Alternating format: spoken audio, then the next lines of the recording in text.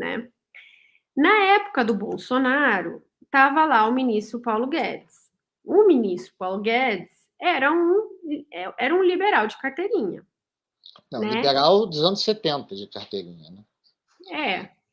Um liberal assim, dos anos 70. Eu fico impressionado com uma coisa em relação ao Paulo Guedes. O Paulo Guedes passou pelos governos Figueiredo, Sarney. Ele já era um economista de referência. Ele passou pelos governos Figueiredo, Sarney, Collor, Itamar, Fernando Henrique, Lula, Dilma, Temer. E ninguém quis esse cara de ministro da Fazenda em momento algum, enquanto a gente teve todos os tipos de ministro da Fazenda, né, ao longo desses 40 anos de vida pública e vida acadêmica do Paulo Guedes. A gente teve de Dilson Funaro a Maílson, de Maílson a Zélia Cardoso de Mello, de Ciro Gomes a Manteiga, quer dizer, a gente teve todo Pedro Malan, a gente teve todas as escolas imaginadas.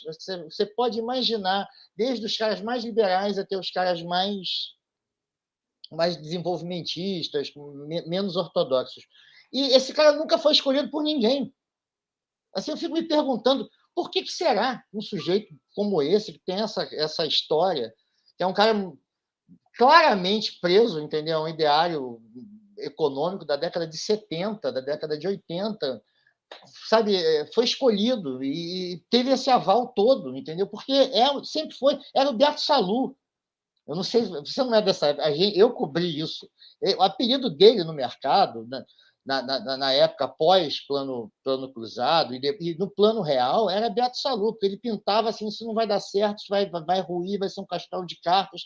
Ele sempre foi um crítico a qualquer política econômica brasileira, mais à esquerda, mais à direita, mais liberal, mais desenvolvimentista. E apostaram as fichas num cara que eu não vi nenhum planejamento econômico dele em 4 anos.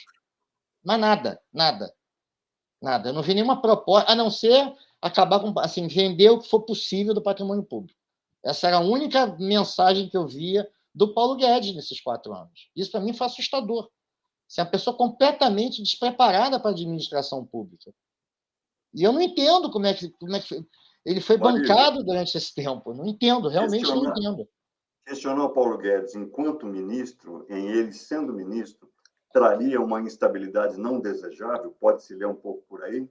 Para tentar explicar, me atrever a tentar explicar essa porque eu cheguei a presenciar pessoalmente, não sei você, Marília, com certeza, mas eu cheguei a presenciar em pelo menos alguns eventos aqui em São Paulo, eventos muito grandes, com aqueles pavilhões enormes, cheios de gente, para assistir, entre outras pessoas, o próprio ex-ministro Paulo Guedes, e ele ser aclamado, assim, bastante, de maneira muito entusiástica. Eu vi isso acontecer. Então, eu recoloco a pergunta, me apoiando no raciocínio do André. Questioná-lo ali, no momento em que ele era ministro, finalmente, traria algum nível de instabilidade não desejável, é isso? É assim, o mercado financeiro, tá? E eu me incluo, tá? Então, assim, eu sou exatamente a pessoa que aclamava o Paulo Guedes. Então, vai ser um excelente debate. A gente está te incluindo. Vai ser um excelente debate, porque eu sou exatamente essa pessoa. O que a gente gosta no Paulo Guedes? Exatamente o fato dele falar no Estado mínimo e na privatização. Por que a privatização, Marília? Por que você gosta de privatização? Porque eu não aguento mais ouvir falar em usarem as empresas públicas como cabo de contratação de emprego, de moeda de troca de partido político, de corrupção, né? Assim, a gente viu o que aconteceu na Petrobras.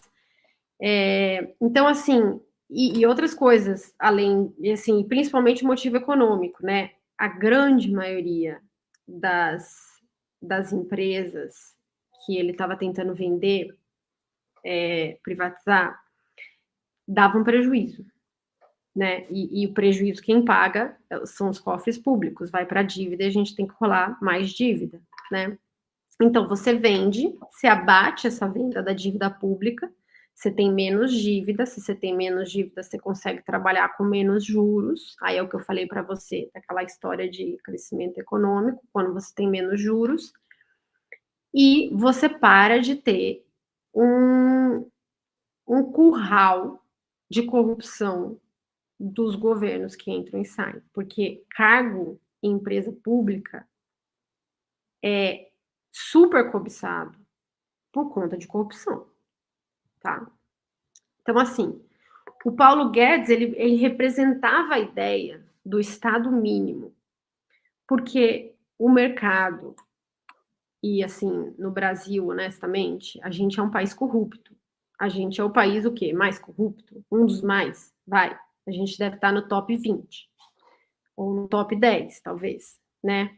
Então, o Estado mínimo, ele representa uma esperança para o liberal de redução dos gastos não produtivos.